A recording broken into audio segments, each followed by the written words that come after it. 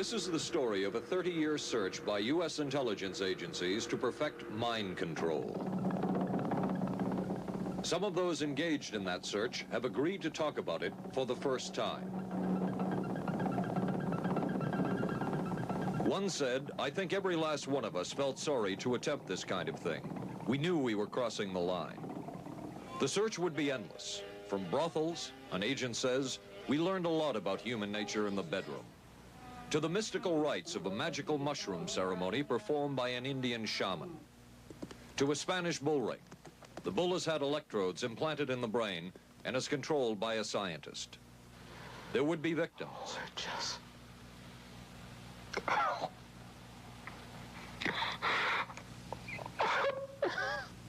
One intelligence agency tried to peel this man's mind back to reveal its deepest secrets.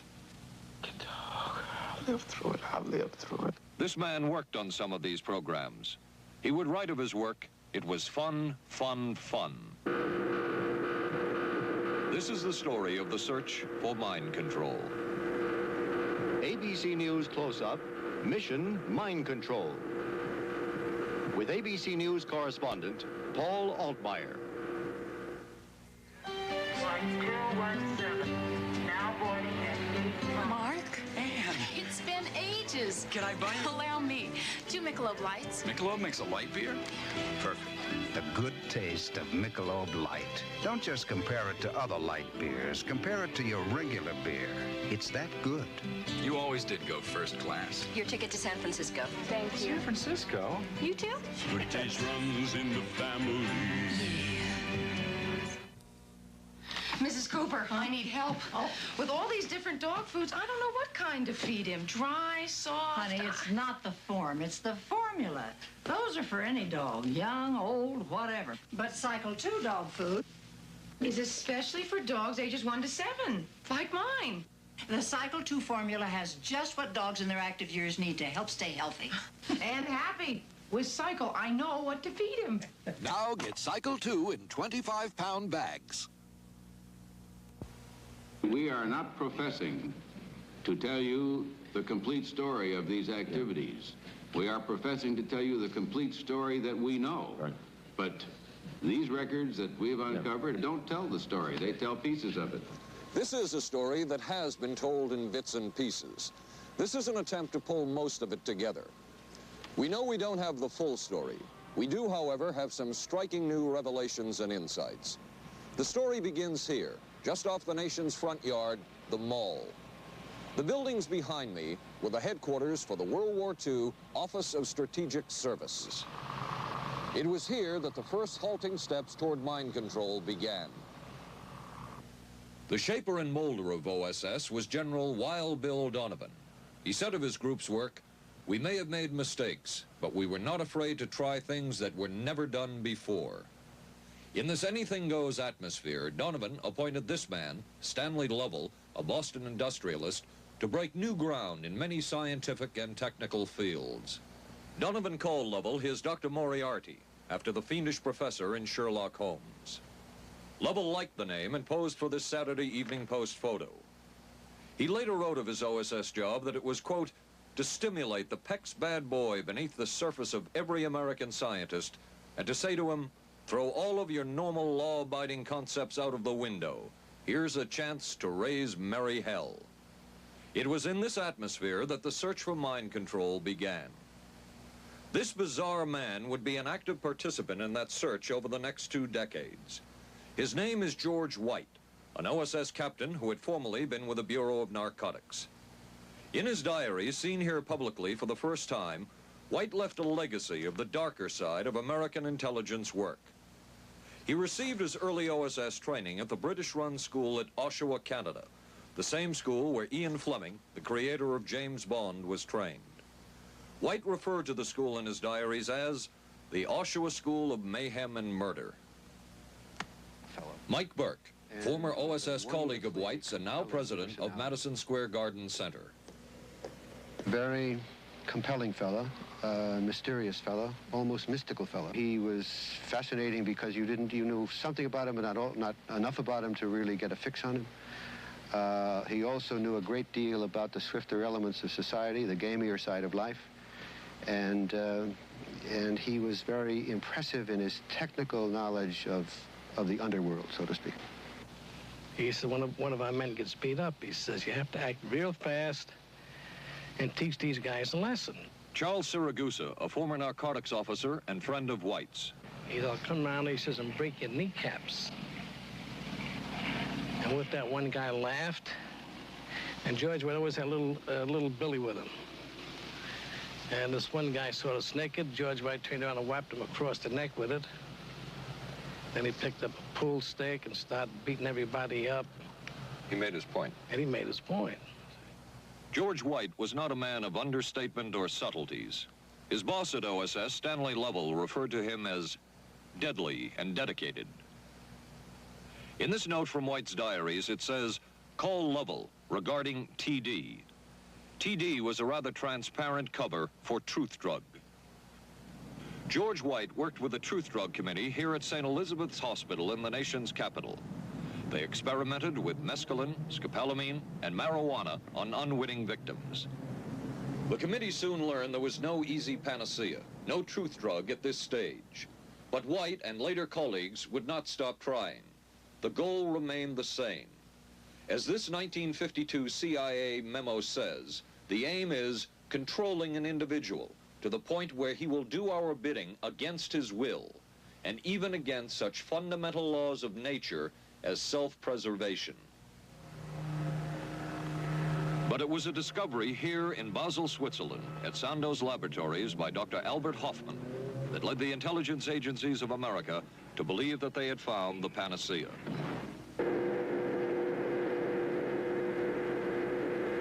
The discovery was lysergic acid diethylamide, LSD. The film that you see is considered by many experts to be the closest illustration of the effects of a hallucinogenic. It was one of the first times that anybody had run into a powerful drug that was different than anything else that they knew anything about. John Gittinger, recently retired chief psychologist for the CIA. This is the first time Gittinger has been interviewed publicly. We could disable a whole city by putting a very small amount on a water supply. After all of these years of us, those of us who were involved in looking for this secret drug, this was the only thing that began to look for the first time like it might be something like that. The CIA's interest in LSD was intense. The worry was that the Russians would get hold of it. Were the Soviets into LSD? I'm going to have to say I'm sure they were, but if you ask me to prove it, I've never seen any direct proof of it. But at one point, intelligence information received from Switzerland said that Sandoz Laboratories was about to put 100 million doses of LSD on the open market. And it caused enough concern within the agency that the United States was prepared to buy the entire supply. However, a slight mistake had been made. The mistake is made public for the first time. I just found out on a new CIA document that there were no such large quantities of LSD on the market. John Marks has filed numerous Freedom of Information suits against the CIA and has unearthed much new material. He is the author of The Search for the Manchurian Candidate, a history of intelligence agency work with mind control. He is a consultant for this report. What happened is that there was a military attaché in Switzerland, an American officer, who got milligrams and kilograms mixed up. In other words, he made a mistake of thinking 1/1000th of a gram was the same as 1,000 grams, which is a mistake of 1,000,000 times. So when the CIA got the intelligence that there were 100 million doses on the market, in fact, there were 100 doses. The man who would oversee the CIA's research into drugs and most of the agency's behavior programs is this man, Dr. Sidney Gottlieb, a chemist. Dr. Gottlieb declined ABC News' request for an interview. In their never-ending search for the miracle weapon, CIA operatives searched here in the remote mountain areas of southern Mexico for what up to then had been considered a myth, magic mushrooms. They used this man, a part-time chemist with the CIA, to dupe this man, a vice president of a bank, and an amateur mycologist or mushroom expert to try to get to the magic mushrooms and turn them into a drug. But it would be the amateur, R. Gordon Wasson and his colleagues, who would win the race and develop the drug psilocybin from the magic mushrooms. We went into the Mazatec area, far from the highways, remote from Mexico City. There we found that rotten bagasse, as it's called, bagasso, covered with mushrooms. These mushrooms I didn't know, had never seen. They were the sacred mushrooms. Wasson would also discover and record the ancient mystical rites of the mushrooms from a local shaman or magical priestess, Maria Sabina. And we were seeing incredible sights. They would go slowly or they would go fast as I ordained. All your senses are rendered acute. We say that you see visions, you see hallucinations, but that doesn't begin to tell the story. The hallucinations are only part of it. You hear sounds, you smell things. The night was thrilling. Word of Wasson's discovery reached the CIA quickly. Dr. James Moore, a University of Delaware chemist, secretly served the CIA preparing deadly chemicals on short notice. Moore was instructed to get close to Wasson and accompany him on another trip to Mexico to get the magic mushrooms. Internal documents show the CIA felt a drug derived from the mushrooms could remain an agency secret. What in the world were they looking for with the magic mushrooms? I think the best answer to that is that they were looking for fundamental information on compounds that would be capable of causing changes in behavior, changes in mental attitude. Did you ever consider what would have happened if any of these substances were given to, say, unwitting people? Oh, I don't remember having considered that specifically. What if you, I trust perhaps you've thought about it. Well, I haven't worried about it. Your question again, what would I have thought had I known that any of these substances would have been given to unwitting persons? You mean a hostile agent of another government? No, I mean that was probably one of the things I had in mind. I mean testing it out on an American citizen. I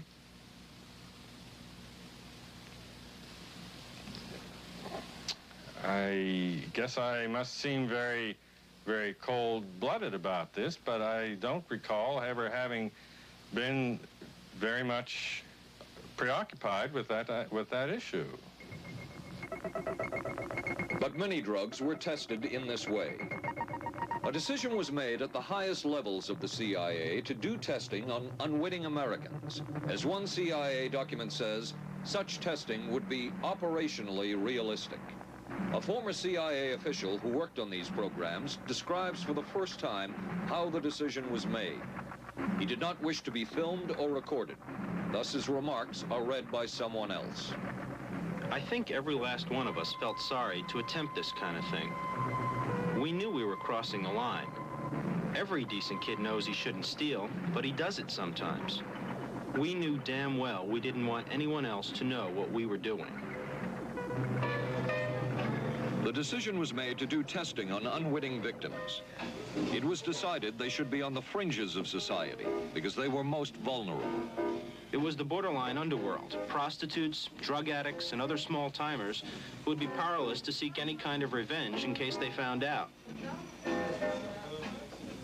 And as their predecessors had a decade earlier, the CIA turned to George White for help. White was now a high-ranking narcotics official, and by this time, the stories about George White were legendary. So the waiter says, "You may help you, monsieur?" And George White was busy talking with me. I paid no attention to the waiter, so the waiter tapped him on the shoulder, says, "May I help you, monsieur?" George White turned around, whipped his gun out, and stuck it in the guy's face like this in this crowded restaurant. George White did not mind bending the law, and he knew the street well. He was the ideal choice for what the CIA had in mind.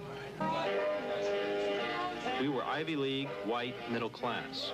We were naive, totally naive about this, and he felt pretty expert. He knew the whores, the pimps, the people who brought in the drugs. White set up so-called safe houses for the CIA in New York, here in Greenwich Village, and later in San Francisco, in this hotel, and in an apartment atop Telegraph Hill with a commanding view of San Francisco Bay.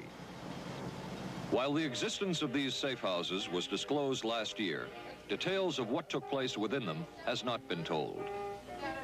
A former CIA official who worked in the safe houses reveals that they were used not only for drug testing, but to study sexual behavior and how it could be used to manipulate people. We did quite a study of prostitutes and their behavior. How do you take a woman who is willing to use her body to get money out of a guy to get him to talk about things which are much more important, like state secrets? We learned a lot about human nature in the bedroom. We started to pick up knowledge that could be used in operations. There would be victims in all of this, but as the agency knew, they couldn't fight back. Some entries from George White's diaries. Clarice gets horrors. Janet, sky high. As one agency memo says, we have no answer to the moral question. The safe houses were not the only testing grounds. Millions of dollars would be spent on LSD research at universities throughout the country. And word would begin to spread on campus about this so-called mind-blowing drug. And suddenly, there was the counterculture of the 60s. I give the CIA a total credit for sponsoring and initiating the entire consciousness movement, counterculture events of the 1960s. Dr. Timothy Leary, the 1960s Johnny Appleseed of LSD. The CIA funded and supported and encouraged hundreds of young psychiatrists to experiment with this drug.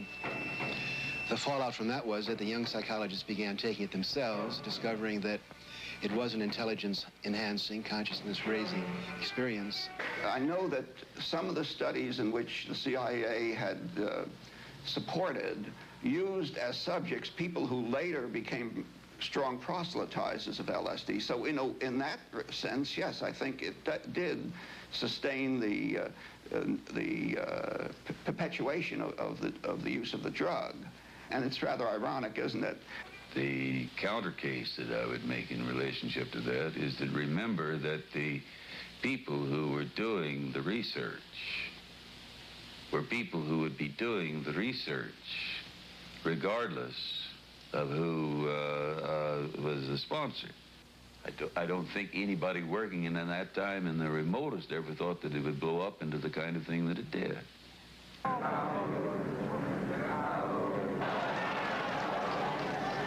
History will judge the role of the CIA and other intelligence agencies in unwittingly contributing to the counterculture of the 60s through their intense interest in LSD and other hallucinogenics. But for the moment, at least, the argument can be made that the CIA helped usher in the age of Aquarius.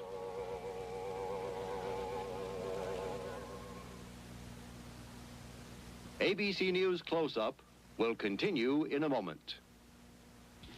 Being careful about my body doesn't just mean major things like regular breast exams. I'm even careful about pain relievers. Plain aspirin sometimes upset my stomach, so I use Bufferin. It adds protection. I'm careful about what goes into my body. Bufferin gives me an added relief action I want. Tylenol doesn't. Only one leading tablet has both, an added relief action in many cases that Tylenol never provides, and protection ingredients, Bufferin. Now I'm careful to get both with Bufferin. Your sink trap's clogged with grease. Use Crystal Drano. I'll pour in liquid plumber. Don't. It may not work on that grease clog.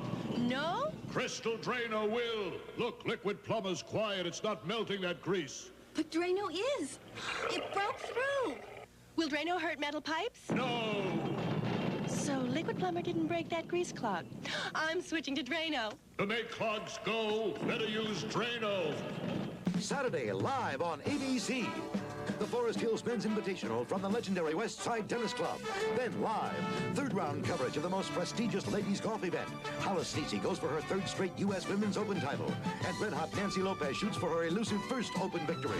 And on ABC's Wide World of Sports, rodeo excitement from the Wild West, plus high speeds, high thrills, hydroplane action, championship tennis, golf, and ABC's Wide World of Sports, Saturday.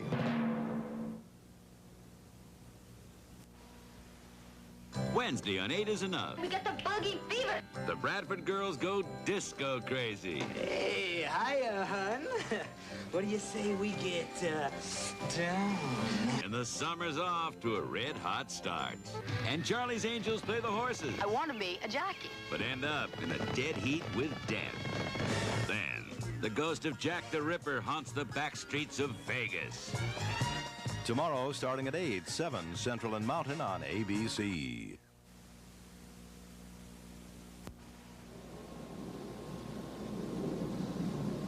Covering a span of history such as we are in this report, one can get sidetracked by the so-called glamour and mystery of espionage work or by the exotic qualities of some drugs.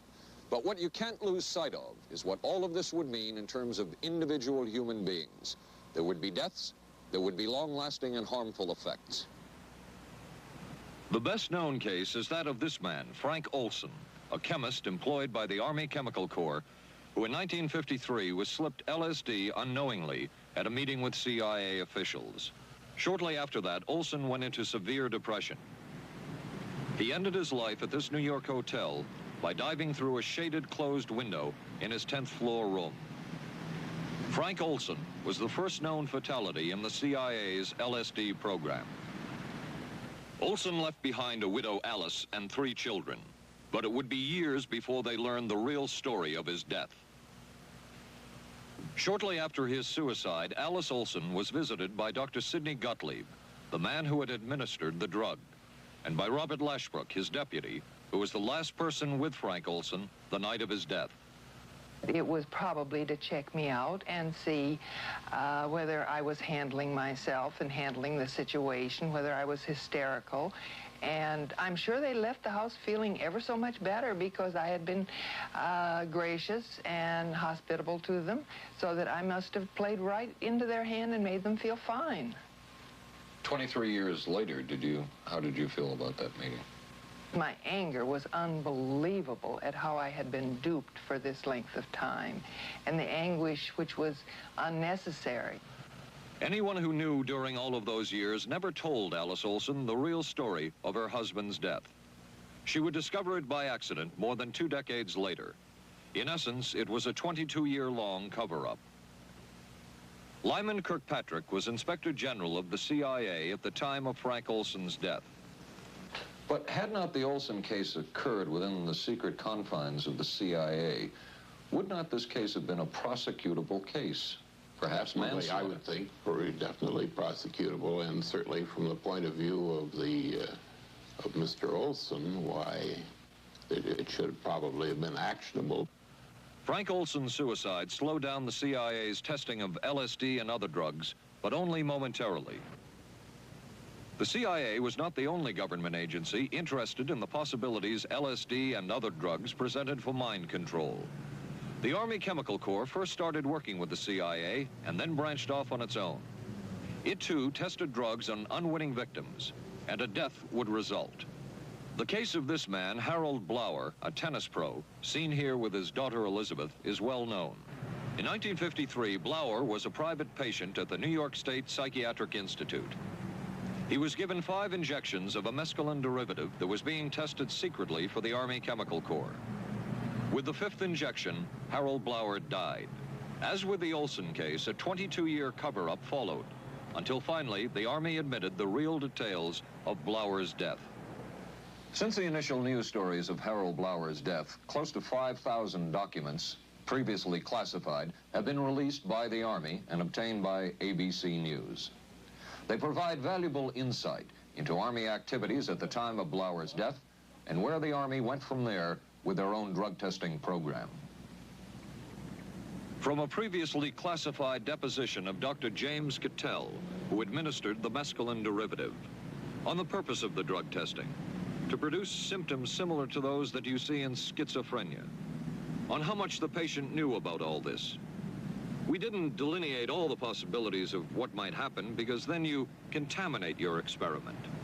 Cattell then relates that he never even knew what drug he had given Harold Blauer because of the secrecy of the Army experiments. We didn't know whether it was dog piss. This was secret. This was a secret. We weren't in on it. We asked Blauer's daughter Elizabeth for her reaction. What? How can anybody react to that? I mean, that is so far from what you'd expect from a human being, never mind a doctor, never mind a professional specialist who's supposed to care about people's minds. It's unbelievable. A suit filed by Elizabeth Barrett against the Army Chemical Corps is now pending in federal court. Other Army experiments continued on mental patients around the country. Work done at the Tulane Medical Center in New Orleans involved several drugs, hallucinogenics, and electrodes implanted in the brain. The chief researcher was Dr. Russell Monroe, now head of the psychiatry department at the University of Maryland. These are various progress reports written by Dr. Monroe and recently obtained by ABC News. From one of the progress reports, a report of a woman who had electrodes implanted in the brain and was then given LSD and other drugs. She became agitated, cried, lapsed into a trance-like state.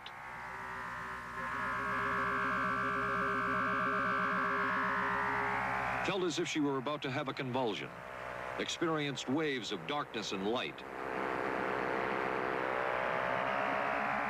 had bizarre sensations in her neck and legs, said somebody was trying to manipulate her body. At this point, Dr. Monroe wrote that the woman was obviously having paranoid ideas. As a layperson, perhaps you can enlighten me. What therapeutic effect would the type of experiment that I just described have on a patient? Well, the therapeutic effect would be indirect. Was this patient aware that she was being given LSD? Yes, I mean, they were told that they would be given some medication, and they specifically LSD? Well, we told them, I don't think that they would have even known what LSD was then at the time. They were told that they were going to they would be given some medications which might make them feel worse. Dr. Monroe, what do you think the Army Chemical Corps was looking for in all of this testing? They were looking for an incapacitating agent, an agent that would not harm the person permanently, but would incapacitate them temporarily. That seemed like a humanistic way to wage a war, if war is necessary. When James Thornwell was given LSD by Army intelligence in 1961, this time it was no experiment. This time, the express purpose was to peel back Thornwell's brain to bear any secret within it. This time, the Army had gone operational. Thornwell, as reported on ABC last January, was an Army private stationed in Orléans, France. Classified documents were missing from his unit. Thornwell became a suspect. His 2.5-month interrogation included administration of sodium pentothal, hypnosis, isolation, and deprivation of sleep. Army documents obtained by ABC News refer to this interrogation as conventional. Despite the severe questioning, Army intelligence was getting nowhere with Thornwell, and it was decided to slip him LSD. For 16 years, Thornwell never knew what had hit him. Tell me about the acid. I'd rather not. It's a bad trip. It's a bad trip. That was a bad trip. The pain was so excruciating, felt like somebody was sticking me with 1,000,000 pins, you know, just everywhere. Oh, it just... Oh.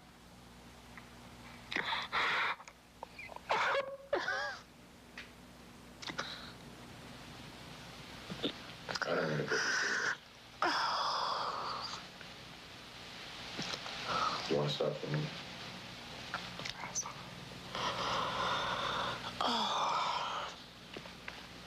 I walked around. You want to stop?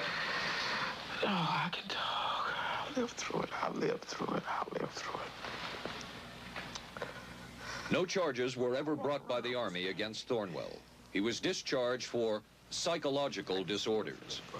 But an Army psychiatric evaluation of Thornwell obtained by ABC News, one which was done prior to Thornwell having been given LSD, says of him, fairly cooperative, oriented, alert, and gave no evidence of psychosis or depression. From the Army's point of view, this type of LSD interrogation was a success. Other documents refer to the exploitability of interrogation subjects, cracking them, keeping them off balance mentally, and providing an economical, speedy, and productive aid to interrogation. From James Thornwell's point of view, it was no success. Thornwell still has serious problems. He's run through 2 marriages. He maintains he can't hold a job, can't concentrate, has nightmares, and feels socially and emotionally isolated. Last fall, Thornwell filed suit against the government in federal court. In a moment, we will examine the closest experimentation to brainwashing that we have uncovered.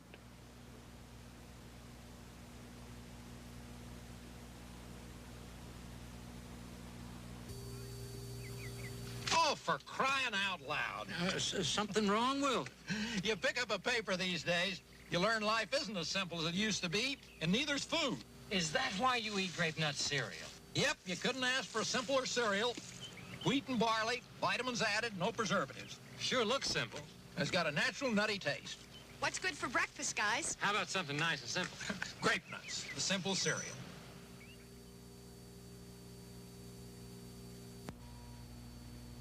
Maxwell House's coffee you can count on. Maxwell House, good to the last drop. Maxwell House is good every time. Maxwell House is good coffee. Good to the last drop. Maxwell House. Maxwell House, coffee you can count on. Always smells good, always tastes good. Always good to the last drop. Maxwell House is good news. Good to the last drop. Maxwell House. ABC News Close-Up will continue in a moment. Special baseball. The Yankees take on the Angels Friday night on ABC. This is a heavy-duty stick-up, and this is a good place for it. New heavy-duty stick-ups from Airwick for small places with big odors. This is David Shoemaker in the news at this hour. District police have charged a young Northeast woman with the weekend kidnapping of that day-old baby. Sources say the woman was pregnant and afraid she'd lost her own child in the accident, and that's what motivated the kidnapping. 'Twas the night before Skylab, and we'll have the latest on its fate and ours. Testimony before Congress today on battered wives. Some of the victims are battered wives. A rock and roll star put on probation for income tax evasion. The condition is he must put on 1,000 hours of concerts for charities. And we'll be talking with a local teenager who won a gold medal at the Pan Am Games. Join us at 11. Reach for the sun. Hello, sunshine. Reach for the sun. Hello, sunshine. Hello, Mountain Dew. Nothing else tastes or feels quite like Mountain Dew, or goes down as smooth like a soft breeze on a lazy afternoon. Reach for the sun. Reach for Mountain Dew.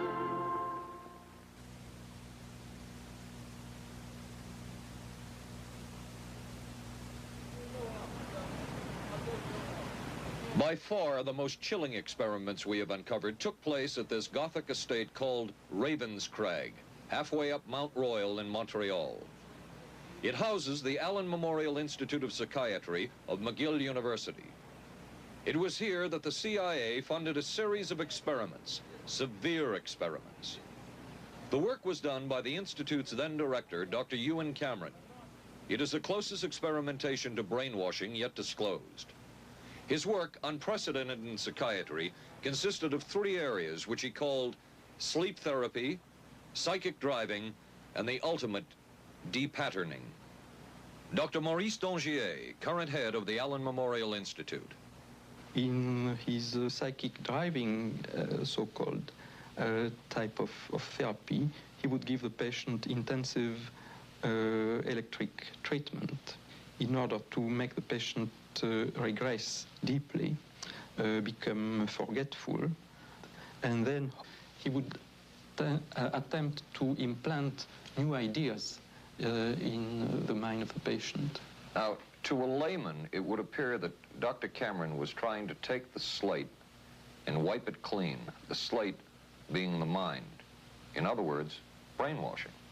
Exactly, that's a very good comparison. Brainwashing. Yes, if you like. Val Orlico of Winnipeg, Canada, the wife of a member of the Canadian Parliament, was a patient of Dr. Cameron's.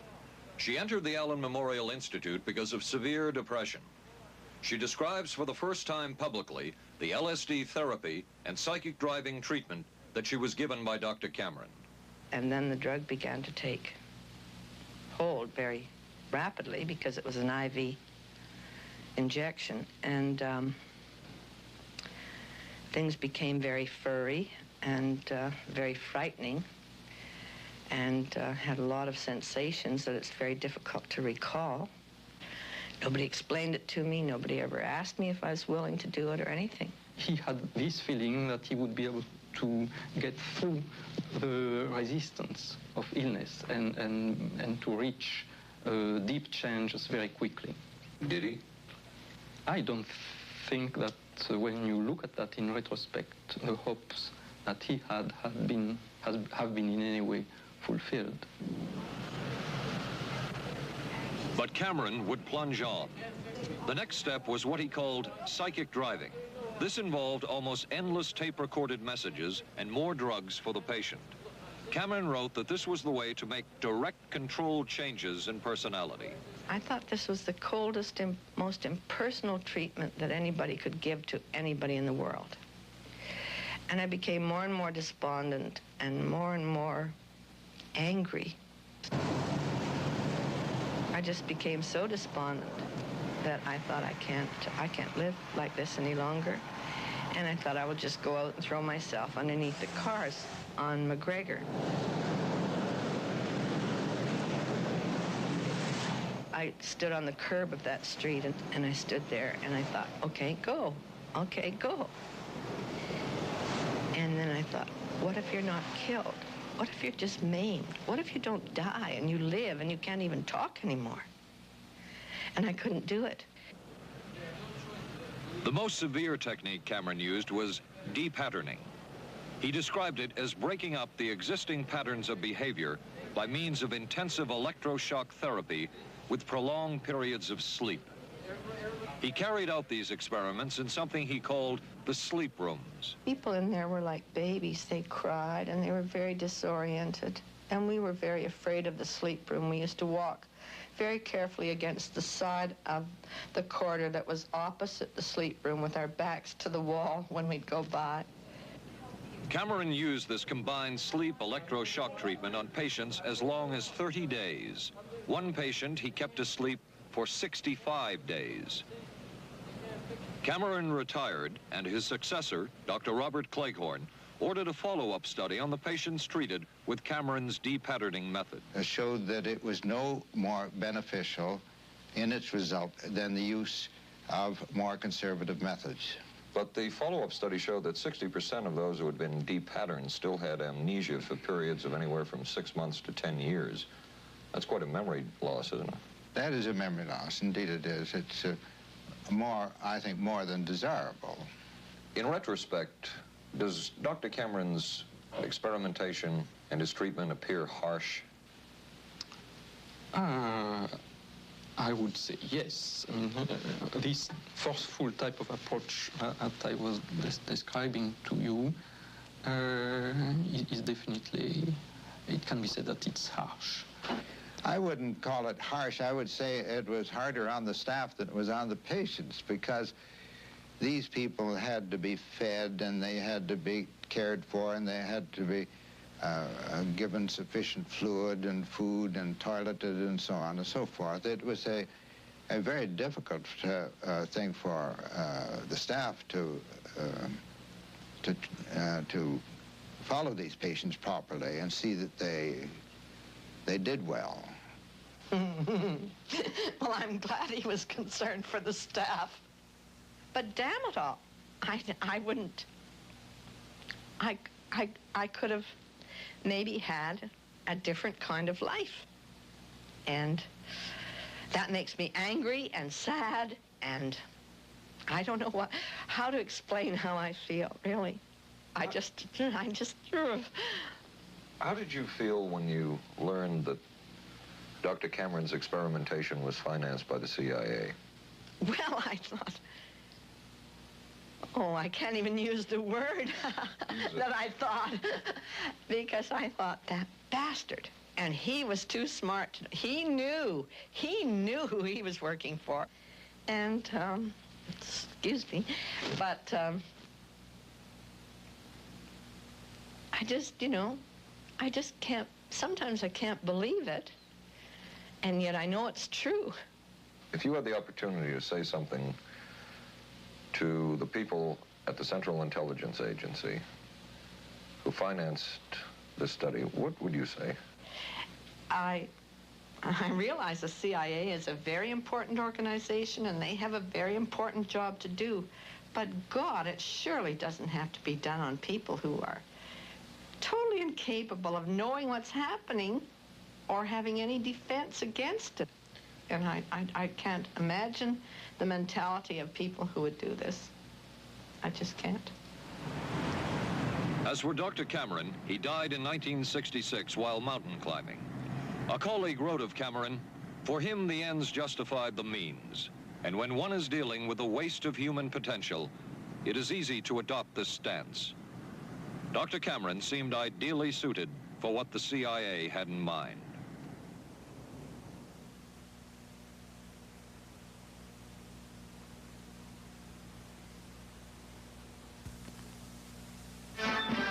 America is adapting to the shape of things to come.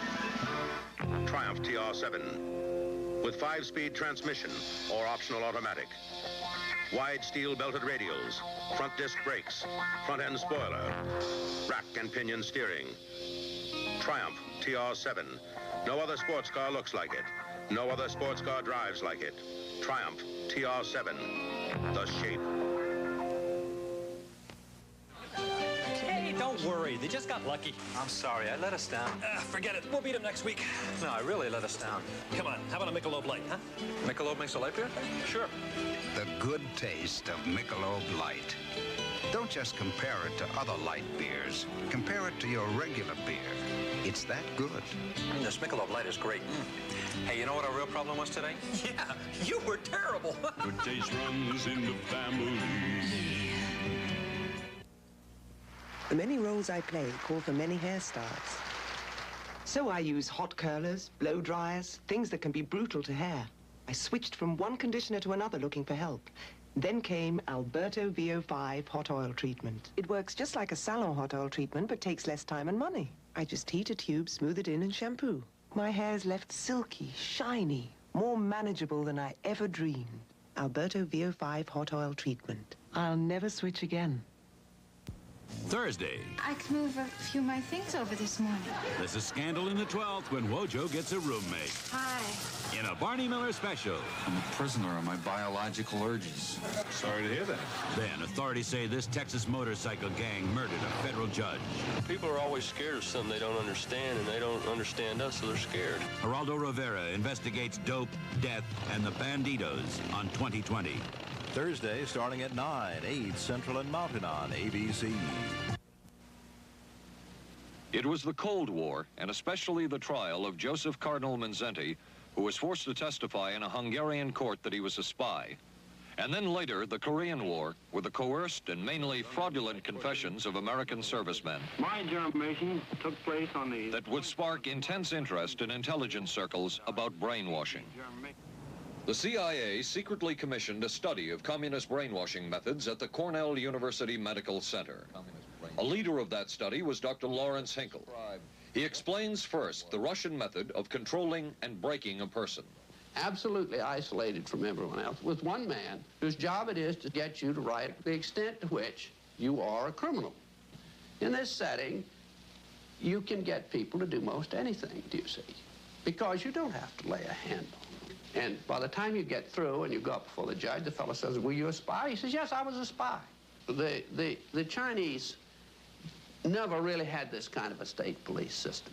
They would get him in, and all this fellow does is ask you to write, rewrite, and talk to him about your whole life. He graduated from pilot training in 1949.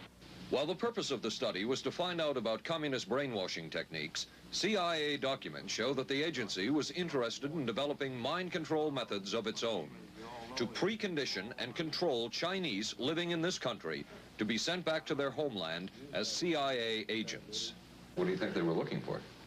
Well, I think they weren't looking for agents or anything like that. Yet the agency's perception of the work you were doing, in CIA documents we have examined, it says that the project that was being done here, they intended to use everything learned about the new agents to induce them to, quote, to perform acts of a complex, purposeful nature. Yeah, but that was the never effects done. of which may be out of keeping with the individual's previous That sort behavior. of thing was never done. Those people were not, that was, when they first came here, the first people they sent up to see us, you see, were operational type people from the CIA with some rather wild ideas. Okay, this is their perception of it, if I could just continue. No, it wasn't their perception of it either.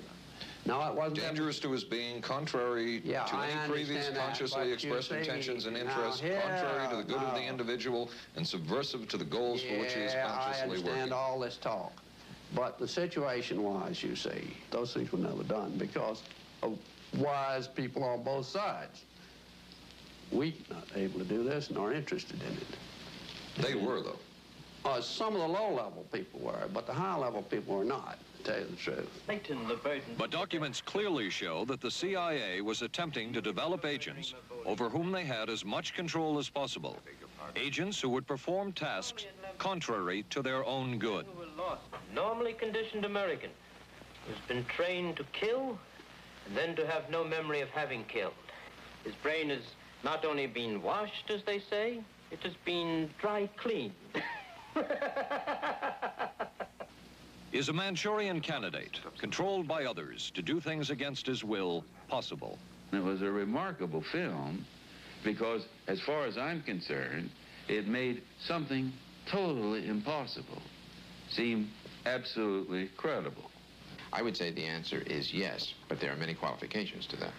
Dr. Milton Klein, a psychologist, a clinical and experimental hypnotist, and unpaid consultant to the CIA.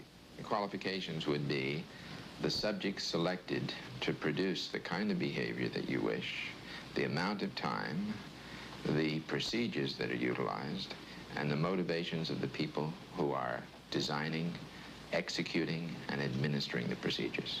You're asking whether an individual can be, under hypnosis, influenced, coerced, persuaded, shaped to perform an antisocial act, or a destructive act, or an act of violence.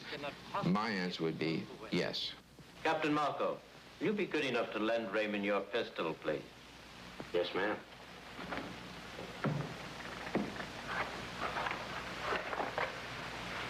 Thanks, Ben. Sure, kid.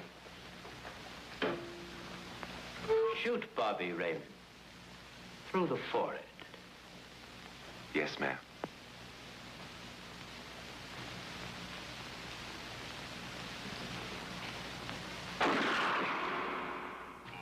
How valuable a tool can hypnosis be in the intelligence field?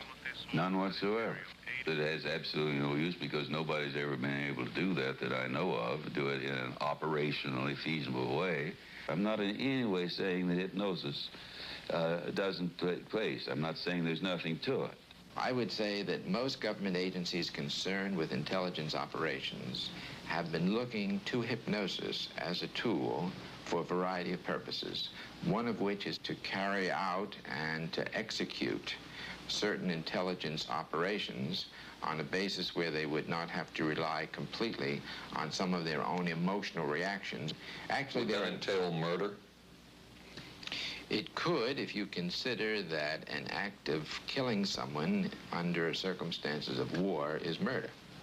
I think one has to define what that means. Under circumstances of peace? Under circumstances of peace, it would be murder. Another former CIA agent says that Fidel Castro at one time was considered as a possible target for a Manchurian candidate. Castro was naturally our discussion point. Could you get somebody gung-ho enough that they would go in and get him? But if you have 100% control of a guy, you have 100% dependency. If something happens and you haven't programmed it in, you've got a problem. So in the end, it was decided that a Manchurian candidate was not feasible. But the search for mind control continued. But could the mind be controlled? Perhaps not. But is human behavior predictable? In this area, the CIA did make a significant breakthrough. A personality assessment system designed by the agency's chief psychologist, John Gittinger. It comes close to being able to predict how humans will behave. It's really a descriptive system, an attempt to try to describe personality in a relatively systematic way so that hopefully you can get some kind of an idea to predict what the behavior between different kinds of individuals. Gittinger's system had many uses in intelligence work. One was to draw personality portraits of world leaders. Using Gittinger's system, the agency concluded the Shah of Iran is a brilliant but dangerous megalomaniac whose basic problems resulted from an overbearing father. And there were other applications. Your assessment staff played a key role in helping other governments pick their police intelligence agencies, including, we've learned, the Korean CIA, Uruguayan National Police. Can you tell us about this? No. Author John Marks. The former #2 CIA man in Uruguay told me how in 1966, John Gittinger and an assistant traveled down to Uruguay and gave the tests in order to select members of the Uruguayan intelligence service. A psychologist who used to work for the CIA told me in 1961 he personally traveled to South Korea as part of an American CIA effort to set up the Korean CIA and to give the personality tests to candidates for the Korean CIA to choose the best man for their secret police. But one of the basic functions of Gittinger's system was finding the vulnerabilities of an agent, a double agent, or a potential agent. In its applicability to intelligence work, isn't the PAS system looking for a person's soft spot? Well, of course, the answer to that is yes, but I hasten to say soft spot. This is what I consider a negative word. Of the hundreds of behavioral projects undertaken by the CIA, Gittinger's appears to have been one of the more successful and more conventional. Other experiments were not as conventional. Neurophysicist Dr. Jose Delgado was financed by the Office of Naval Research. In this experiment, the bull is sedated. Electrodes are implanted in its brain. Delgado transmits an electronic impulse to the center of the bull's brain. Delgado has remote control of the animal. Recently released CIA documents refer to the feasibility of remote control of animals and that special investigations will be conducted toward the application of selected elements of these techniques to man. Other areas were examined through the 60s and 70s. Brain surgery, psychosurgery, creation of amnesia, parapsychology, manipulation of genes. Even though past and present CIA officials have indicated this kind of work ended in 1963.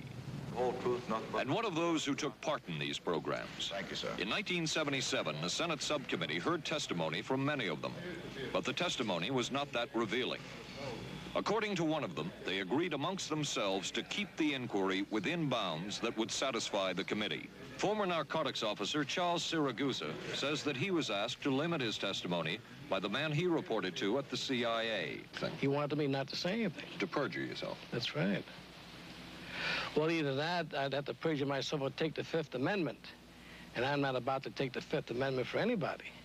Okay. Former CIA chemist Robert Lashbrook testified he had no first-hand knowledge of the agency-run safe houses when, in fact, he supervised one of them. There was very little... And according to George White's diaries, was at a safe house when White conducted what he called an LSD surprise experiment. Dr. Sidney Gottlieb, whom we recently filmed near his California home, oversaw many of the CIA behavioral programs.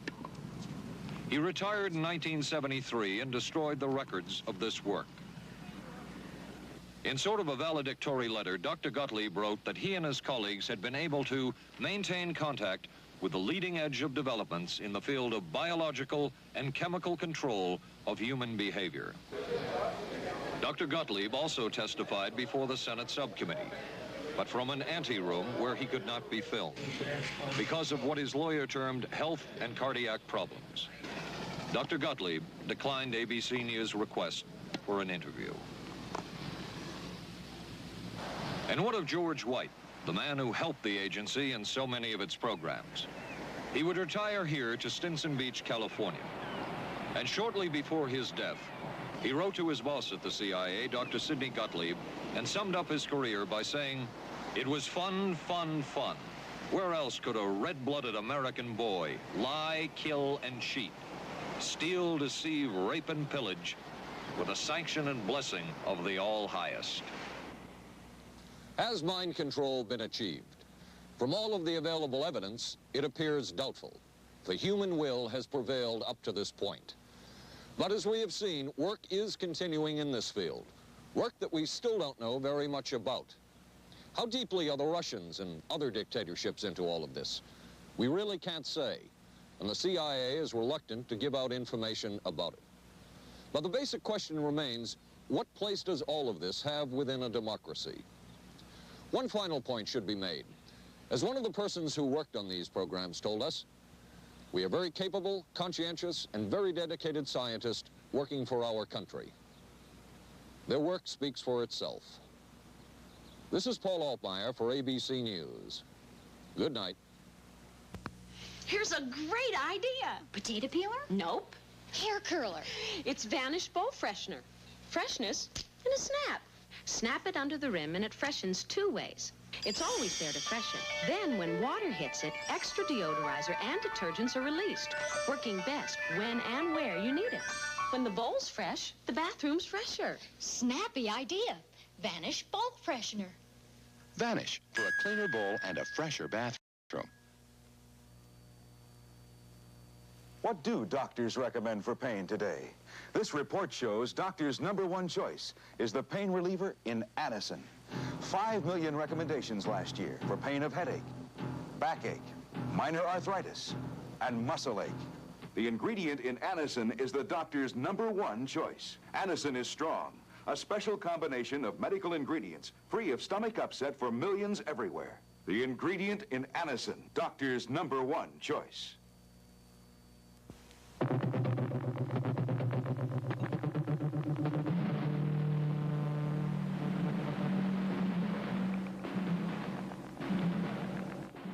Stay tuned for local news next. Then live from the Johnson Space Center in Houston, ABC News will track the approach of Skylab as it nears re-entry. Skylab, the final hours. Right after Twiggy and Dirk Benedict of Battlestar Galactica star in I Want Her Dead on the Tuesday Movie of the Week, tonight on ABC.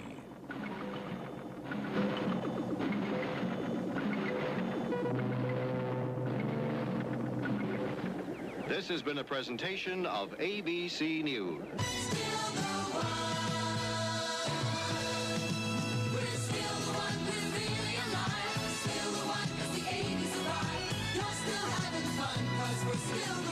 Still the one, ABC.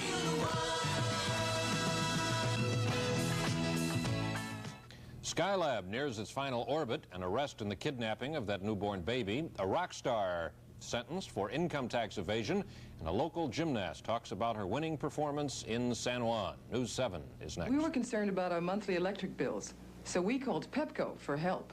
They sent us this energy-wise home audit. Just take a few simple measurements and answer the questions. Then mail them back to Pepco. Then Pepco will, free of charge, analyze your home's energy use and send you back a list of recommended changes to help you save money on your bills. Write today for Pepco's energy-wise home audit to help